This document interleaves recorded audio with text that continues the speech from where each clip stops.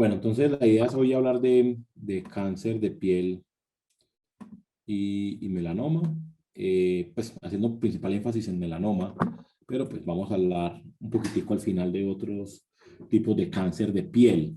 Entonces, como les decía, el problema del cáncer de piel, en este caso, eh, melanoma y no melanoma, probablemente tenga muchos subregistros, porque bueno, la mayoría del cáncer de piel en realidad es no melanoma. Y el cáncer de piel no melanoma, pues, ¿por qué está tan subregistrado? Porque muchas veces no es biopsiado, porque son lesiones pequeñas, con tratamiento local. Entonces, es muy difícil llevar un claro reporte de esto. ¿Listo? En cambio, el melanoma probablemente sí sea un poco mejor dateado. Datos de Estados Unidos, como siempre hemos empezado las charlas, es el 7% del cáncer en hombres y el 4% en mujeres. Eso en cuanto a la incidencia.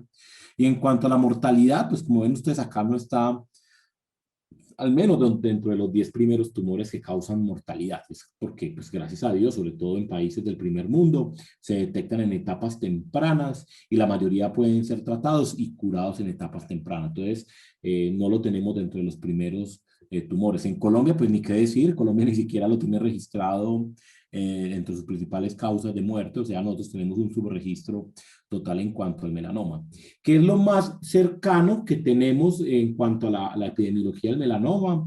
Esto lo hizo una residente de dermatología hace muchos años que rotó en el Instituto Nacional de Cancerología y miraron pues al Instituto Nacional de Cancerología cuáles eran los principales melanomas que llegaban y como dato interesante pues en ese tiempo que eran aproximadamente 4 o 5 años un buen número, alrededor de 500, 600 melanomas, ¿cierto? Alrededor de 600 melanomas, donde pues la mayoría de ellos, obviamente, por ser en el Instituto Nacional de Cancerología en Bogotá, pues eran referidos de áreas cercanas o de otros departamentos, pero muy en el sur del país. Y lo llamativo, pues que no es, ya más o menos lo sospechábamos, pero es llamativo en el sentido que la mayoría del melanoma que se presenta en Colombia es lentiginoso acral. O sea, es un subtipo que no es el más frecuente en el mundo, ya lo vamos a ver más adelante.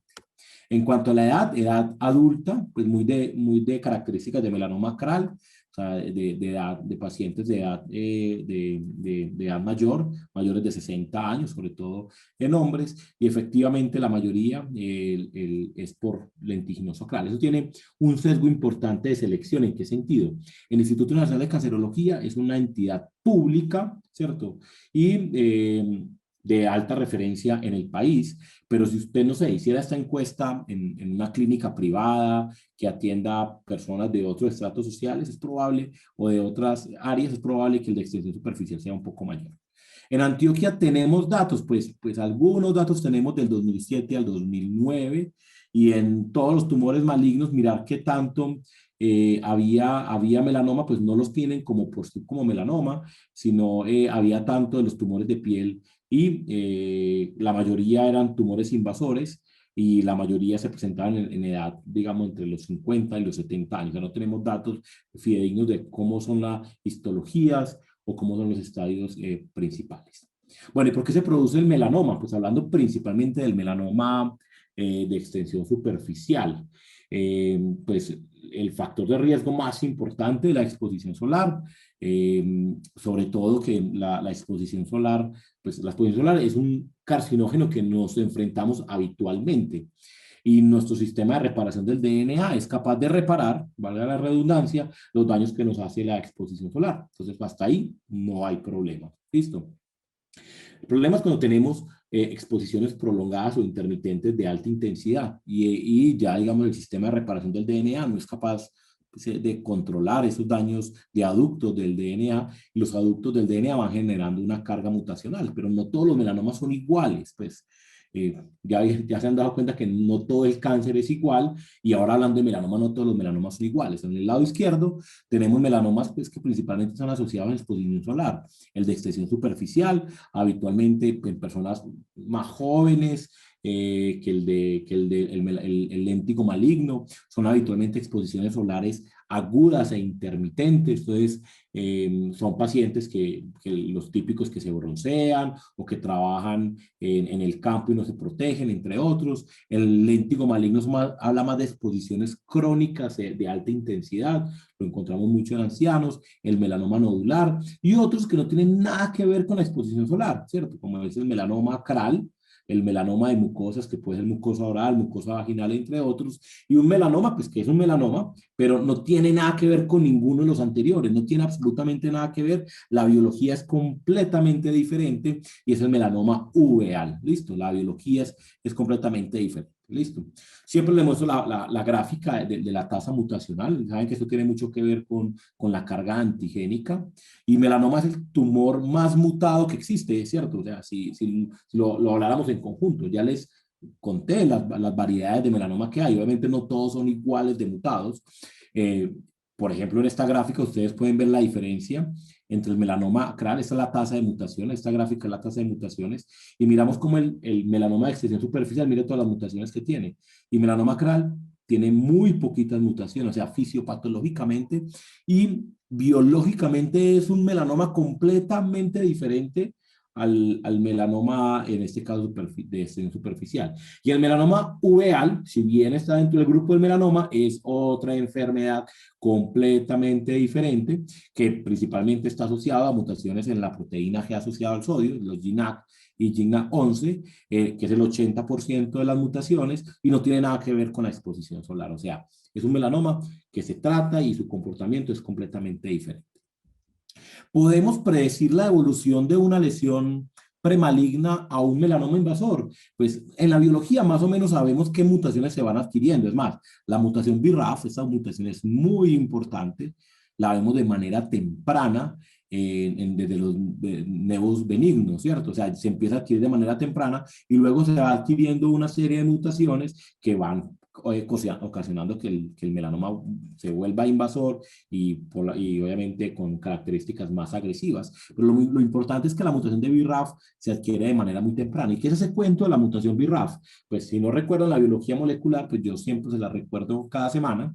Y recuerden que hay una vía de señalización que es el RAS, RAF, MEC, ERK, ¿cierto? Como una vía tratando de simplificar esta vía, que dependen principalmente de factores de crecimiento extracelulares, pero si yo tengo una mutación que me genera una actividad independiente de factores de crecimiento, pues la célula va a crecer de manera no controlada, ¿cierto? Independiente si se pega un factor de crecimiento o no. Entonces, en el melanoma tenemos principalmente, pues sí tenemos mutación del RAS, sobre todo de NRAS, pero sobre todo en los melanomas de extensión superficial, mutación de BRAF, ¿cierto? De la proteína BRAF. ¿Y qué hace? Que funcione de aquí para abajo todo de manera automática, independiente o no, si hay pegado un factor de crecimiento.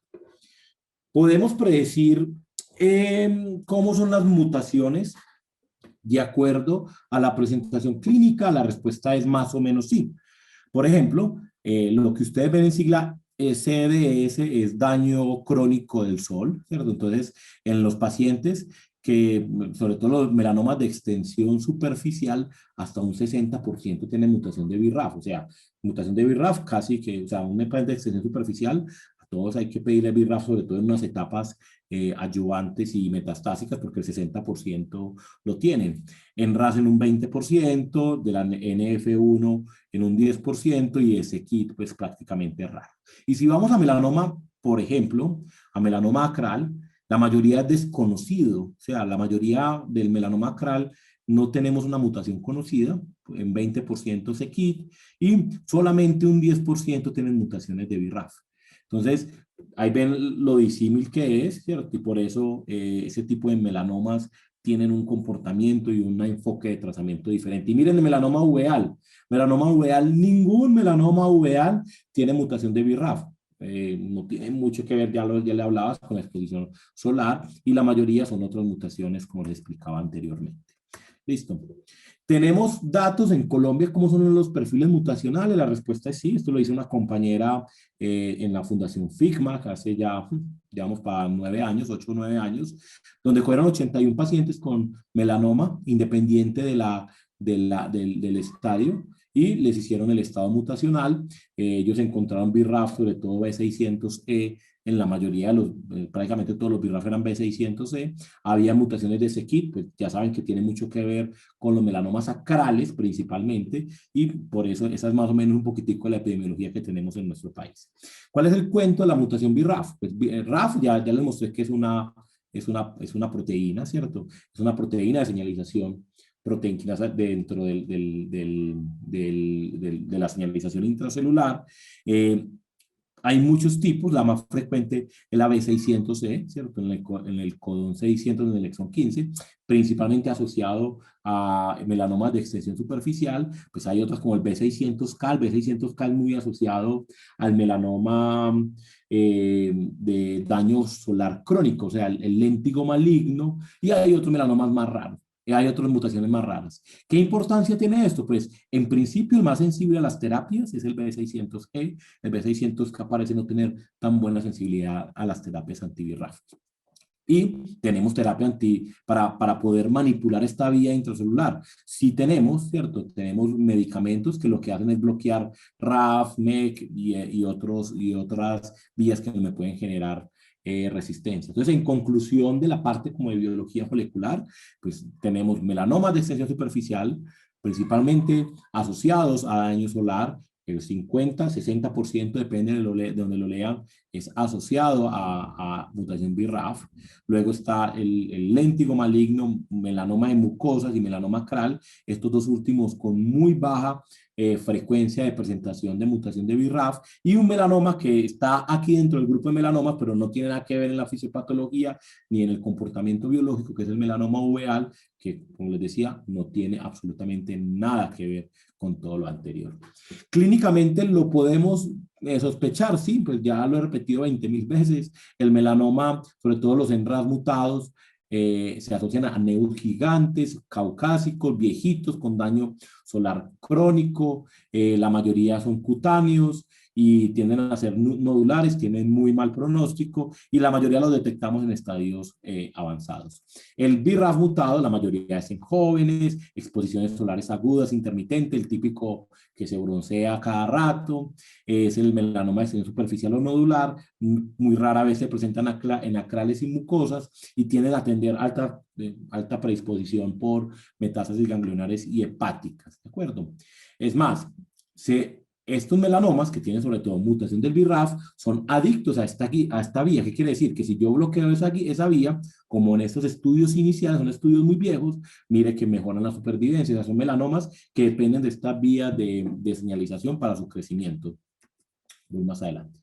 Espérate un momentito, que por aquí, esto no está. Listo.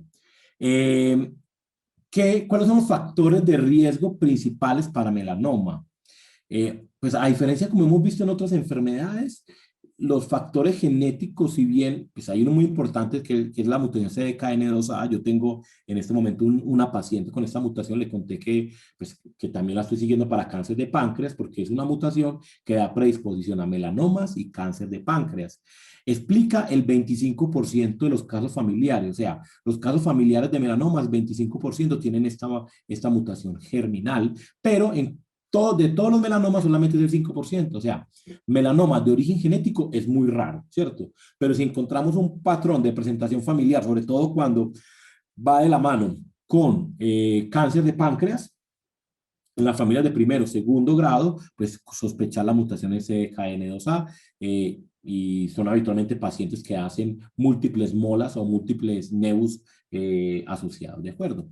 Entre la familia, entre más antecedentes familiares tengamos con melanoma, mayor crece el riesgo, sobre todo si son padres o de primer grado. Si tengo antecedentes en primer grado, más de 2 familiares de primer grado con melanoma, pues mire el riesgo, lo alto que es. O sea, es la forma de sospecharlo. Es una enfermedad muy rara. Yo en todo lo que llevo de oncología apenas he visto una paciente, pero ahí se las dejo. Listo.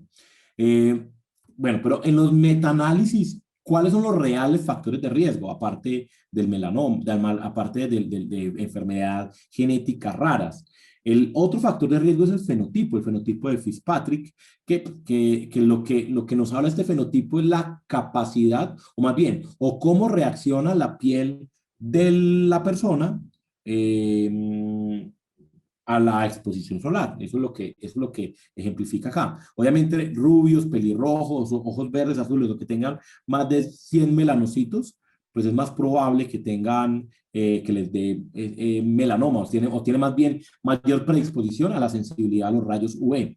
Esa es la clasificación de los tipos de piel de acuerdo a Fitzpatrick, ¿cierto? Que la clasificación es cómo es la reacción al sol. Usted le pregunta al paciente, oiga, usted cuando se broncea, ¿cómo se pone? No, yo nunca me bronceo. Yo me pongo al sol y me quemo como un camarón. O sea, que es lo que llamamos el tipo 1. O no, yo nunca me bloqueo y siempre estoy bronceado, pues, o sea, soy moreno. Entonces, ese es el tipo 6. Y obviamente, basándonos en estas preguntas, podemos establecer cómo es la reacción al sol. 1, 2 y 3, sobre todo 1, 2, dan alto riesgo de melanomas asociado a exposición solar. 4, 5, 6, menor riesgo.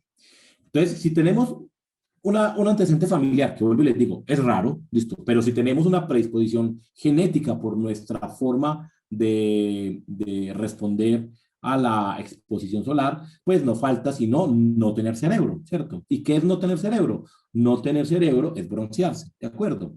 ¿Y por qué digo esto? Porque, pues, si quieren aprender un poco más, pues pueden leer este artículo que salió publicado hace aproximadamente un mes en la revista de la Academia Nacional de Medicina sobre la historia del melanoma y cómo como un accidente, porque en realidad fue un accidente, es una foto de Coco Chanel. Coco Chanel, pues en los años 20 era la diva, o sea, todo lo que hacía ella se ponía de moda, ¿cierto? Era la época Colombia, la época. Y entonces, como la gente es boba y hace lo que otros creen que es bueno, entonces esta señora se fue a pasear al Mediterráneo y bajándose del barco, del yate, la vieron bronceada. Antes de eso, no era bien visto verse bronceado, además, todo el mundo quería verse pálido. Entonces, cuando Coco Chanel se bajó bronceada, que en realidad era quemada, pues la gente dijo, no, pues si esa señora es la diva de la moda, vamos a broncearnos todo el mundo. Y todo el mundo corrió a las playas a broncearse y los que no tenían posibilidad de tener exposición solar, pues se inventaron algo que se llama las cámaras de bronceo, ¿cierto? Que es una industria que en Estados Unidos sigue dando mucho dinero. En los años 60, 70, 80 se puso de moda, todo el mundo quería estar bronceado y ahí les dejo lo que quieran escoger, ¿cierto? Entonces, debido a estos dos factores de riesgo de gente que no tiene cerebro, o sea, si lo ves bronceado, déjalo ir, consíguete otro. Eh, se ha incrementado esta epidemia porque el melanoma se convirtió en una epidemia de la época moderna. Es más, países inteligentes como Australia tienen grandes campañas para evitar que la gente se exponga al sol. O sea, allá hay que andar tapados y en realidad para ellos es un problema de salud pública el melanoma asociado a la exposición solar y tienen unas políticas de promoción y prevención que ustedes no se la imaginan y de detección temprana del melanoma y obviamente, o sea, es más, hay ropa que se usa ya con filtros UV que deben ser certificadas por fundaciones de prevención del cáncer de piel. Listo, entonces terminamos la parte como de epidemiología y de factores de riesgo. Ahora sí la clínica. ¿Cómo se disemina el melanoma? Pues el melanoma pues, se origina en la piel y si ustedes me creen, aquí se ven unos vasos linfáticos que van a unos ganglios linfáticos principalmente regionales y de ahí enfermedad metastásica. ¿Listo? Entonces, digamos, es un proceso de metástasis muy halstediano, o sea, primero la T grande, o sea, primero el tamaño tumoral grande, luego la diseminación a los ganglios linfáticos, como si fuera una escalita, ¿listo? Entonces, más o menos así hacemos el enfoque terapéutico. Entonces, si yo tengo un paciente que tiene un nevus, que ese nevus es sospechoso de ser melanoma, pues se debe biopsiar. ¿Quién lo debe biopsiar? Ojalá alguien que sepa biopsiar, o sea, ojalá un dermatólogo o alguien con entrenamiento, porque si se biopsia mal puede dañar las relaciones anatómicas para poder luego hacer una resección oncológica. Listo, entonces se debe biopsiar. Si la biopsia es positiva para melanoma, y el paciente no tiene una enfermedad nodal clara, como es este caso, pues lo que se debe hacer es mirar que no tenga enfermedad metastásica. Y si no tiene una enfermedad nodal, si yo no le palpo ganglios, como les he enseñado a algunos a palpar ganglios, sea en las ingles, en las axilas o en el cuello, lo que sea, pues se debe hacer algo que se llama un ganglio centinela, que más o menos, ¿qué es esa vaina? Es poner un radiofármaco en el sitio primario de la lesión y luego buscar con una gama sonda donde hace como mayor reacción esto que le apliqué y sacar ese ganglio que sería como el ganglio centinela. Los cirujanos oncólogos saben muy bien cómo hacer eso. Mira, ahí hay un mapa más o menos como para que sepan que ellos saben cómo guiarse, dónde buscar el ganglio centinela, se reseca y luego se evalúa. Listo.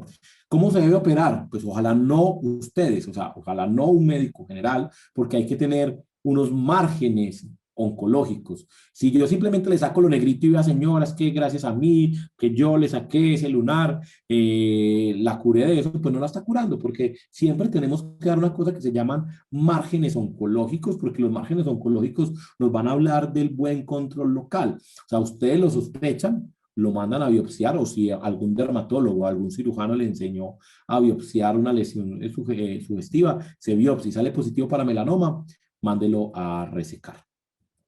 Eh, ¿Cómo clasificamos? Más o menos cómo es el TNM del melanoma para ponerlo, digamos, de unas palabras prácticas.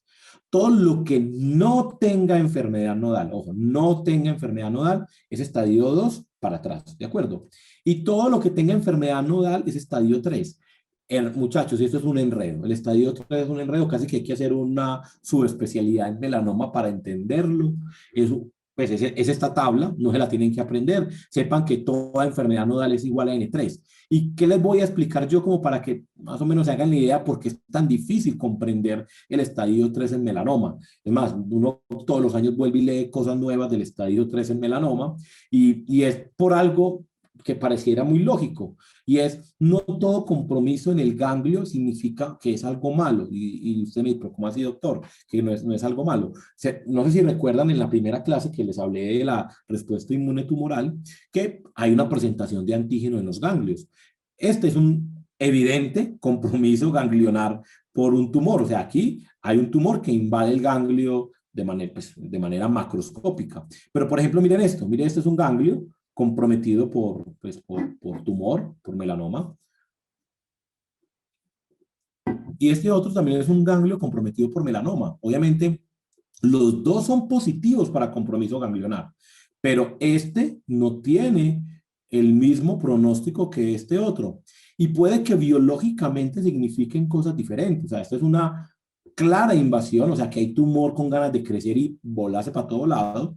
¿Y qué les parece si yo les digo que esto puede ser el sistema inmune intentando controlar el melanoma? O sea, esto es bueno y esto no tan bueno. Es más, yo preferiría tener siempre este y no este, o preferiría tener este y no nada, por ejemplo, ¿cierto? Entonces, no lo voy a enredar, es un tema muy difícil y apasionante para leer, los estadios 3 en melanoma, pero en términos generales sepan que significa cosas diferentes y todo ganglio positivo es igual a en estadio 3. Antes, cuando digo antes, muchachos, es que antes todos los pacientes con melanoma se sacaba todos los ganglios y mirar cuáles estaban comprometidos. Luego, cuando el ganglio centinela es positivo, se determinaba si se hacía disección o no. Digamos, a la fecha de hoy ya no se tiene que hacer vaciamientos ganglionares cuando no hay ganglios clínicamente positivos, ¿cierto? Es decir, yo no palpo ganglio, le hago un ganglio centinela simplemente para estadificar el paciente y no hago vaciamientos ganglionales, pero si no hago vaciamientos ganglionales de acuerdo a estos dos estudios, que son estudios con los que todavía se hace debate, pues debo hacer seguimiento. ¿Y qué es el seguimiento? Ecografías principalmente de las bases, o sea, de las regiones ganglionares que puedan estar comprometidas, es más, hasta PET scan, entre otros, y si salen positivos, pues obviamente vaciarlos. ¿Cada vez se hace menos disección? Sí, cada vez. En los ganglios centinela negativos cada vez se hacen menos disecciones y es más, hasta positivos se hacen menos disecciones. Mire que antes se le hacía disección a todo el mundo y ahora ya no se le hace disección prácticamente a nadie. Pero entonces para que sepan que haber tenido un ganglio positivo en el ganglio centinela, valga la redundancia, no necesariamente quiere decir que al paciente le van a hacer una cirugía de vaciamiento. ¿Son diferentes los pronósticos del estadio 3? Sí, mire todos los pronósticos como son de diferentes en cuanto a supervivencia a 10 años. Mire que el estadio 3D es casi como la supervivencia de un estadio 4, pero nada para detenernos ahí. Pues algunos dicen que esto probablemente sea una enfermedad temprana y esto es una enfermedad metastásica, o sea que este 3D en realidad debería llamarse estadio 4. Hay artículos buenos para eso, sí. Ahí les dejo uno al que le guste el tema de ganglio centinela. Ahora sí, puntos de buena práctica para médicos de atención primaria. Si ves un neo sospechoso, se debe biopsiar, ¿de acuerdo? Si el reporte es melanoma y hay clínica de enfermedad nodal, o sea, yo le palpo un ganglio y le digo, uy, ese ganglio es positivo, o veo metástasis en tránsito, que son lesiones nodulares subcutáneas, ahorita les muestro algunas fotos, se debe realizar una estadificación para que no, ver que no tenga metástasis, o sea, hacer tomografías todos los abdomen y pelvis, gamografía ósea si hay dolores óseos, o si tengo disponibilidad de hacer un PET-scan, pues PET-scan en los que trabajen en clínicas de alta complejidad. Resonancia cerebral, sí, en pacientes con síntomas o melanomas de extensión superficial que estén asociados a mutaciones de BRAF. Y si no hay enfermedad nodal, o sea, si yo le hice la biopsia, salió melanoma y le palpo los ganglios y no hay ningún ganglio positivo, pues remítalo a cirugía oncológica para que le haga la resección, obviamente, del melanoma y le haga un estudio de ganglio centinela. O sea, así se maneja un lunar feo. Listo, o sea, ya aprendieron a manejar un lunar feo. Ahora sí, esto es lo que ustedes deben saber y esto es lo que no necesariamente deben saber, pero yo les cuento para que estén enterados. Después de operados, ¿qué hacemos? Pues un artículo de una persona que es un calidoso en esto, que se llama Jeffrey Weber, que es dar adyuvancia, y ya saben ustedes el medicamento qué significa. Eso es un anti-PD1, PDL1, y lo que hace es, pues, digamos, favorecer la respuesta inmune antitumoral y en términos generales, en comparación con otro medicamento, disminuye el riesgo de recurrencia a largo plazo. O sea, si les damos tratamiento, sobre todo en estadio 3 e inclusive estadio 4 que han podido resecar. O sea, hacemos adyuvancia independiente si es BRAF mutado o no. O sea, melanoma resecado estadio 3, les damos manejo adyuvante con inmunoterapia, ¿de acuerdo?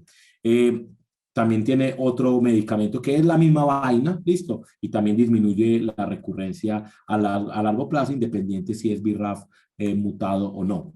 Y si es BRAF mutado, ¿cierto? Y si es BRAF mutado, también puedo darle un tratamiento anti-BRAF, ¿cierto? Para prevenir la recurrencia, con resultados similares, ¿cierto? A largo plazo disminuye la recurrencia y hasta ahora, pues, positivo para supervivencia a largo plazo. Entonces, no tienen que saber este cuento de la adyuvancia, pero pues hay pacientes que tienen alta probabilidad de tener enfermedad metastásica. Probablemente no sea el estadio 3A, como lo conocemos ahora, porque el 3A es tener un ganglio centinela positivo y ya saben que no necesariamente tener un ganglio es alto riesgo, dependiendo del grado de compromiso del ganglio. ¿Hay beneficio de la adyuvancia? Hasta ahora sí, sobre todo en tiempo libre a la recurrencia. Puedo utilizar un anti-PD1, si es BRAF mutado, la inmunoterapia se puede usar, pero también puedo utilizar anti-BRAF, esa decisión la tomamos nosotros los oncólogos. Es más, si tengo un estadio 4 que pude resecar, dejarlo sin enfermedad, también puedo suministrar inmunoterapia. Enfermedad metastásica va a ser cortico, porque mire todo lo que ha salido, o sea, yo no me quiero imaginar lo que eran mis colegas oncólogos antes del 2005, que aburrición hacer oncología, pues ahora pues, es la mejor especialidad que existe por todas estas cosas que tenemos, ¿de acuerdo? Entonces, mire todo lo que ha salido nuevo. Si alguien quiere profundizar más en eso, pues en el New England de esta semana salió un artículo muy interesante para médicos generales también, sobre los avances en el manejo del melanoma. Entonces, mire todo lo que ha salido nuevo para manejar el melanoma y la historia se la voy a hacer cortica. O sea, el primer medicamento que se ensayó, pues se ensayaron muchos, pero digamos el primero de esta camada de nueva inmunoterapia fue el ipilimumab. Y tenemos pacientes con melanoma metastásico hasta un 20%, 10 años y siguen vivos. Esto es una cosa que no se pensaba. Y no se pensaba por qué. Porque antes de este medicamento teníamos quimioterapia y todos estaban muertos a un año. O sea, todos los que utilizaban dacarbazina, que fue el medicamento pues, que se usó históricamente, estaban muertos a un año. Entonces, pasar de esto a en 10 años, el 20% estar vivos, eso era no pensado. Esto fue uno de los medicamentos que cuando yo estaba estudiando oncología era el único que había disponible en ese momento, ¿de acuerdo? Entonces, la pregunta de siempre es, ¿qué pasa con el 80%? Doctora, muy bacano lo del 10%, lo del 20%. Pues que yo quiero saber qué pasa con el 80%. Pues con el 80% se empezaron a buscar otros métodos de tratamiento. Ya hemos hablado del uso de los anti-PD1 y cómo la combinación o en monoterapia, ya estamos hablando, me falta actualizar la gráfica porque ya han salido gráficas nuevas, pero estamos hablando de a 69 meses, 36%, o sea, ya empezamos a subir la barra en cuanto a recurrencia y en cuanto a supervivencia, a 69 meses ya la mitad están vivos, ¿cierto? O sea, estamos hablando, la mitad de los pacientes van a seguir vivos después de 60 meses. Vuelvo y les digo, no pensado, esto un paciente con falla cardíaca en hemodiálisis, a 5 años están muertos todo el mundo, todos están muertos a 5 años, pues si no los trasplantas o le haces algo, pero si estás en hemodiálisis crónicamente a 5 años la supervivencia es muy mala, y aquí estamos hablando de un melanoma metastásico que antes se morían todos a un año, ahora 69 meses, 52%, listo. Más medicamentos, claro, tenemos la contraparte, es la misma vaina, listo, a largo plazo, vivos, y ¿qué pasa con el que tiene reactivación de la vía MAP quinasa, ¿cierto? O sea, los que tienen mutación de BRAF. Esto es un paciente con melanoma metastásico. Todos estos nódulos que ustedes ven acá son metástasis de melanoma y como con el inicio del anti-BRAF, en este caso monoterapia, pues mire cómo quedó. O sea, uno ve respuestas rápidas y hasta respuestas completas. Y tengo varios pacientes que tienen respuestas completas con tratamiento anti-BRAF. ¿Listo? Y obviamente están los tratamientos anti-BRAF-MEC. Y en conclusión, para no hablar de estudio tras estudio, pues independiente de la estrategia que maneje en comparación con el ipilimumab, que era lo históricamente que teníamos, o al menos las primeras inmunoterapias grandes, pues mire, la mayoría estamos sumando, estamos ya pasando la mitad de los pacientes seguir vivos a más de 48 meses y 60 meses, como vimos anteriormente. Casos de la vida real, pues este es un paciente mío con melanoma, metastásico, lesiones en tránsito, ¿cierto? Con metástasis subcutáneas, le puse ay, perdón, no se devuelve, bueno, le puse un tratamiento con inmunoterapia, le dio vitiligo y todo, ¿cierto? O sea, la inmunoterapia hasta le hizo reactividad contra los melanocitos benignos, tenía metástasis cerebrales, eso ya no devuelve, y pues al día de hoy tiene respuesta completa, listo. O esta otra paciente, que es de una de las primeras que traté por allá en este hospital, pues cuando trabajo en el San Vicente, con este melanoma, con esta recurrencia de melanoma, mire cómo empezó la recurrencia, luego imagínate, en el hospital local le hacían curaciones, y luego pues tenía metástasis también ganglionares extensas, mire ese melanoma como estaba de grande, mire cómo seguía creciendo, le puso inmunoterapia y seguía creciendo y sangrando, y mire la respuesta como fue lográndola a través del tiempo con inmunoterapia y con una progresión pues que también tratamos con radioterapia, pero cada vez con mayor respuesta del melanoma. ¿Listo? Entonces, ¿hemos cambiado la historia natural del melanoma? Sí, sí hemos cambiado la historia natural. Lo más importante para ustedes es sospecharlo, definir que no tenga una enfermedad metastásica, definir que no tenga una enfermedad nodal, al menos clínicamente, y en enfermedad metastásica nosotros nos encargamos, o sea, diagnostíquelo, estadifíquelo y sabe que el oncólogo tiene cosas para hacer por ese tipo de pacientes. Ahora, carcinoma escamocelular. Carcinoma escamocelular de piel también está asociado a la exposición solar. Obviamente son exposiciones crónicas, como ven acá, ¿cierto? Pero hay otros factores de riesgo como químicos. ¿Y a qué me refiero con químicos? Ojo con los pacientes con quemaduras químicas o pacientes con úlceras varicosas crónicas, o sea, esa típica herida que nunca y nunca se cura, biópsela, que eso es un melanoma y lo que llamamos la úlcera de Marjolin, ¿cierto? Entonces, esas pacientes con heridas crónicas, lo vemos también en pacientes con escaras crónicas postrados en cama, que no cicatrizan, que es que no entiendo por qué no cicatriza, les da por biopsiarlo y encuentran un carcinoma escamocelular. Entonces, ese es un tipo completamente diferente al asociado a la exposición solar. Obviamente hay factores de riesgo predisponentes, sí, el tipo de piel, como lo vimos en melanoma, hay enfermedades como el seroema pigmentoso, entre otros, que le da mayor sensibilidad a los rayos UV. El BPH pues, se ha propuesto también como un factor predisponente para este tipo de tumores, tienden a ser tumores más diferenciados. En cuanto a la fisiopatología, ¿por qué? Parece que es una teoría de hit and run, o sea, hace el daño y se va y uno ya no vuelve a encontrar BPH en las lesiones, entonces ahí está como otro factor de riesgo. Mutaciones, principalmente son mutaciones de P53 y PI3K, son las más frecuentes, hasta ahora ninguno de ellos con medicamentos así dirigidos como pasa en melanoma. El tratamiento es por dermatología inicialmente. ¿En qué sentido? Que la mayoría de los escamos celulares son muy pequeños y son asociados a lesiones premalignas por daño crónico del sol. Entonces, se pueden hacer métodos locales, sí, hacen crioterapias, hacen resecciones, hacen manejos con 5FU, entre otros, o sea, dermatología. Resecciones quirúrgicas, obviamente lesiones grandes. Hay discusión si hacer o no ganglio centinela.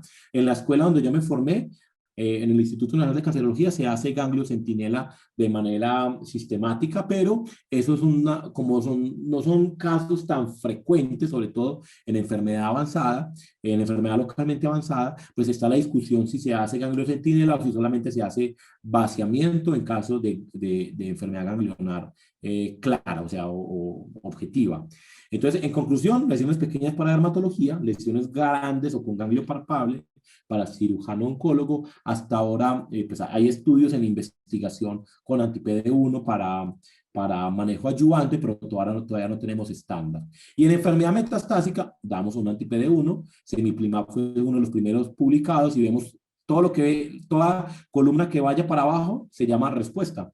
Y vemos todas las respuestas, que la mayoría de los pacientes tienen respuesta al tratamiento con ese tipo de terapias y hasta desaparición de la lesión. ¿Listo? Entonces, esto es carcinoma escamocelular. La radioterapia puede servir, sí, puede servir sobre todo en lesiones ulceradas, feas y grandes.